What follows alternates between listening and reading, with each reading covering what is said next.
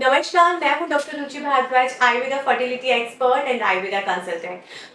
जो हमारी प्रेगनेंसी में आ रही समस्याओं की सीरीज चल रही थी, उसमें ये हमारी फोर्थ सीरीज है, जिसमें हमने जितनी भी पहली सीरीज थी उसमें हमने टाइमिंग का इशू, ओव्यूलेशन इशू, फीमेल्स के ट्यूबल फैक्टर, एंडोमेट्रियोसिस इशू या फिर उनके एंडोमेट्रियम लाइनिंग्स के इशू सारे डिस्कस किए थे।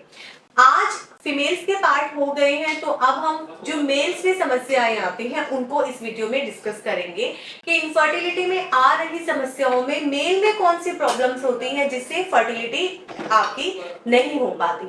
सबसे पहले जानते हैं कि मेल्स में हम क्या टेस्ट करवाते हैं। सीमन एनालिसिस, जिसको हम HSA भी बोलते हैं, और जो ज्यादातर डॉक्टर आपको 3 से 5 दिन का एक्सिस्टेंस यानी कि 3 से 5 दिन तक सीमन बाहर नहीं आना चाहिए। सबसे पहले जानते हैं सीमन और स्पर्म में डिफरेंस। स्पर्म क्या होते हैं कि सीमन के अंदर स्पर्म्स होते हैं। सीमन प्रॉपर होता है, उसमें वाटर भी होता है और उसमें स्पर्म्स भी होते हैं और एक अच्छा खासा मतलब कंसंट्रेटेड होता है वो। और वही स्पर्म अलग से उसमें जो निकाले जाते हैं, देखे जाते हैं, जो कि कंसेप्शन में बहुत हेल्प करते हैं। अब इसमें बात करते हैं कि एक्सिस्टेंस यानी कि आपका रिलेशन नहीं होना चाहिए अपने पार्टनर के साथ, स्पर्म बाहर नहीं आने चाहिए। जब 3 दिन का कम से कम एक्सिस्टेंस होता है तो आपको सीमन एनालिसिस टेस्ट रिकमेंड किया जाता है। अब इसके बाद हम बात करते हैं कि टोटल काउंट कितना होना चाहिए। एक नॉर्मल हेल्दी प्रेगनेंसी के लिए WHO की गाइडेंस में भी बताया गया है कि कम से कम 40 मिलियन स्पर्म काउंट होना चाहिए। इसके बाद हम वॉल्यूम देखते हैं कि कितने वॉल्यूम में हम टेस्टिंग करते हैं। कम से कम सैंपल के लिए आपको 1.5 ml वॉल्यूम यानी कि स्पर्म देना है।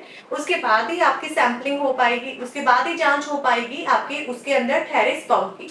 अब कंसंट्रेशन हम काउंट करते हैं कि कितने पर ml स्पर्म में कितने होने चाहिए। तो हम मोस्टली 15 सोचते हैं, 15 मिलियन कंसंट्रेशन उसकी होनी चाहिए। उसके बाद हम स्पर्म में देखते हैं मॉर्फोलॉजी। ज्यादातर केसेस में हमने देखा है कि मॉर्फोलॉजी डिस्टर्ब मिलती है, यानी कि अल्कोहल, टैम्बैको या किसी भी एडिक्शन की वजह से, या फिर कोई पर्सनल पहले कोई चोट की वजह से, या कोई इंजरी की वजह से, या बहुत ज्यादा टाइट क्लोथिंग पहनने की वजह से मॉर्फोलॉजी यानी कि उनका कोई ना कोई में डिफेक्ट मिलता है हेड या टेल में। काफी जो स्पर्म होते हैं उनमें 2 हेड दिखाई देते हैं, किसी में 2 टेल दिखाई देती है, किसी में आपको बहुत ही छोटा हेड का जो शेप होता है वो राउंड कलर का होता है। तो ऐसे बहुत सारे डिस्टरबेंस होते हैं। नेक्स्ट हम उसमें देखते हैं मोर्टेलिटी इश्यूज में क्या रहता है कि कितने स्पर्म ऊपर चढ़ पाए हैं और कितने मोटाइल हैं, यानी कि कितने अच्छे से फिर पाते हैं। तो वो मोर्टेलिटी भी नॉर्मल जो WHO की गाइडलाइंस है उसमें 32 से लेके 40% तक होनी चाहिए, बट मैं अपनी पर्सनल प्रैक्टिस में मानती हूँ कि कम से कम 50-60% होनी चाहिए, क्योंकि आधे स्पर्म तो यूट्राइन कैविटी में ही रह जाते हैं। कुछ हम सैम्पलिंग के दौरान वेस्ट कर देते हैं उसकी लिक्विफिकेशन में से जो हम देखते हैं, और फिर अगर हम उसका मोटाइल रेट ही कम सोचेंगे तो कैसे बात बनेगी। तो हमें कम से कम 50-60% मोर्टेलिटी चाहिए। इसके बाद आती है इश्यूज की आपकी प्रॉब्लम्स क्या होती है स्पर्म में। डेब्रीज होती है, पस सेल्स होते हैं, तो ये सारी चीजें कई बार कम पानी पीने की वजह से, इन्फेक्शन की वजह से होती हैं, तो ये भी हमारा देखना बहुत जरूरी होता है। किन केसेस को हम ट्रीट नहीं करते, जब फ्रुक्टोज बिल्कुल एब्सेंट मिलता है, तो ऐसे केसेस में कभी भी हम ट्रीटमेंट देते ही नहीं है, यानी कि इसमें कभी स्पर्म बनेंगे ही नहीं, चांसेस ही नहीं है, बचपन से ही नहीं है, बहुत सारे रीजंस होते हैं।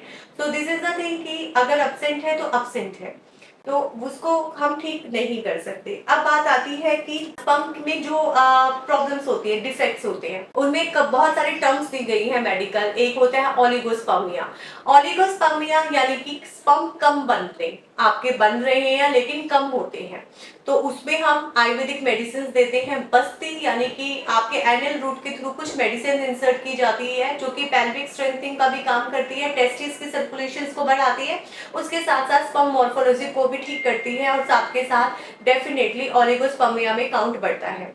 और उसके बाद सेकंड टर्म आती है आपकी एस्थेनोस्पर्मिया यानी कि लेजी स्पर्म है, बट वे मोस्टली लेजी हैं, मोटाइल कम है, इतना चल फिर नहीं पाते, तो ऐसे में भी आयुर्वेद में हम पित्त शमन चिकित्सा देते हैं, कफ हर्ष शमन चिकित्सा देते हैं, और उसके साथ साथ पेशेंट का हम विरेचन करवाते हैं, और कुछ ना कुछ उनको ब्रेन टॉनिक भी ऐसे चलाते हैं कि जिससे उनके ये मेध रसायन, जिससे उनका जो टेस्टिस है वो स्टिमुलेशन इंक्रीज होता है।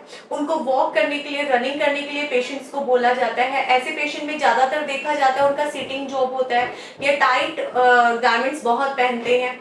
जिम में जो बच्चे जाते हैं वे भी tight garments during the gym पहनते हैं, उस वजह से भी ये इशू होता है।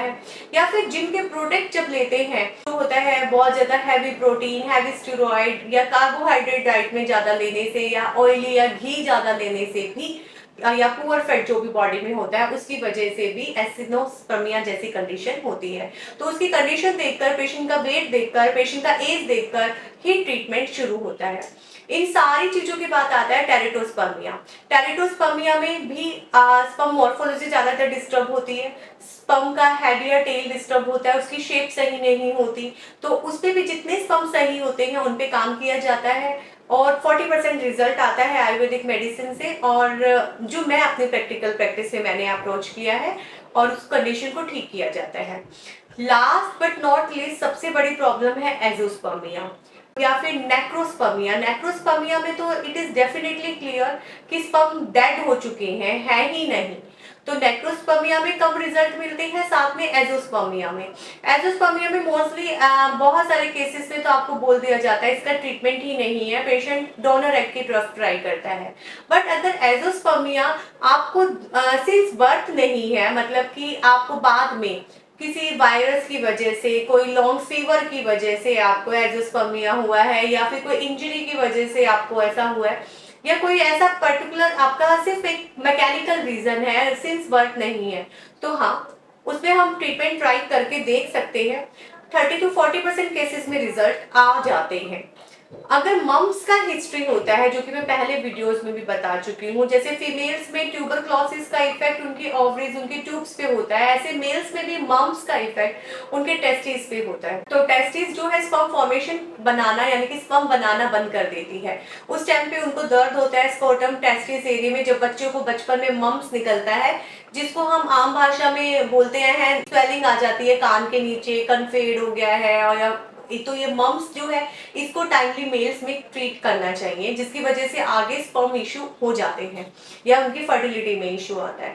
तो अगर एजो मम्स का उस टाइम पे वैक्सीनेशन टाइम पे लिया है, ट्रीटमेंट सही लिया है, तो अब हम फर्टिलिटी बढ़ाने के लिए ट्रीटमेंट लेते हैं, तो मैं बोल सकती हूँ कि 30 to 40% केसेस में रिजल्ट आ जाता है। इन सारी चीजों के साथ साथ क्या और भी इशू हो सकते हैं। एक तो मेल में इशू होता है, यानी कि जो वेन होती है अंदर स्कॉटम में, उसमें स्वेलिंग आ जाती है, वो भी ज्यादातर टाइट क्लॉथ पहनने से, लॉन्ग आवर्स सिटिंग की वजह से, या फिर कोई भी इंजरी की वजह से भी हो सकती है। तो उसमें भी आयुर्वेदा बस्तिकरम बहुत अच्छा है, और उसके साथ साथ कुछ मेडिसिन भी हैं, कुछ नेचुरोपैथी थेरेपी भी है जो कि इस पे काम करती है। सेकंड, हम क्या करते हैं कि कई बार टेस्टिस में तो होते हैं स्पर्म, बट वो टेस्टिस में से निकल नहीं पाते, अंदर तक नहीं आ पाते, कि हाँ वो इजेक्यूट नहीं हो पाते। तो उसमें हम सीधा टेस्टिस बायोप्सिस करके वहां से स्पर्म ले लेते हैं, और पेशेंट का आईवीएफ और उसको एडवाइस करते हैं कि आप आईयूआई करवा लीजिए। अब सेकंड क्या आता है कि इन सारी चीजों के बाद, जो मैंने आपको पहले बताया था कि डिलेड इजेक्यूएशन, प्री मैच्योर इजेक्यूएशन या रेट्रोवेट इजेक्यूएशन, ये तीन सिचुएशन भी ऐसी होती है जिससे कि प्रेगनेंसी नहीं होती। इन तीनों सिचुएशन में आयुर्वेद बहुत अच्छा समाधान है। आयुर्वेद में मेल्स की स्पर्म क्वालिटी, क्वांटिटी, मॉर्फोलॉजी को अच्छे से जो डिस्टर्ब होती है उसको इंक्रीज करके और उसकी क्वालिटी बढ़ाकर आपकी ये तीनों कंडीशन को हम ट्रीटमेंट करते हैं। बट हाँ, बस्ती चिकित्सा और उत्तर बस्ती मेल्स में भी होती है, इनके साथ साथ आयुर्वेदिक मेडिसिन और शोधन थेरेपी बहुत जरूरी है। पहले हम शोधन करते हैं, आपका वमन करवाते हैं, आपका विरेचन करवाते हैं, और उसके बाद आपकी जब बस्ती चिकित्सा होती है, और इन सारी चीजों के साथ साथ आप आयुर्वेदिक रसायन बाद में लेते हैं, मेडिसिन लेते हैं। अश्वगंधा बहुत अच्छा ब्रेन टॉनिक भी है, और आपका टेस्टिस स्टिमुलेशन के लिए भी अच्छा है, इसके साथ साथ स्पर्म प्रोडक्शन के लिए भी बहुत अच्छा है।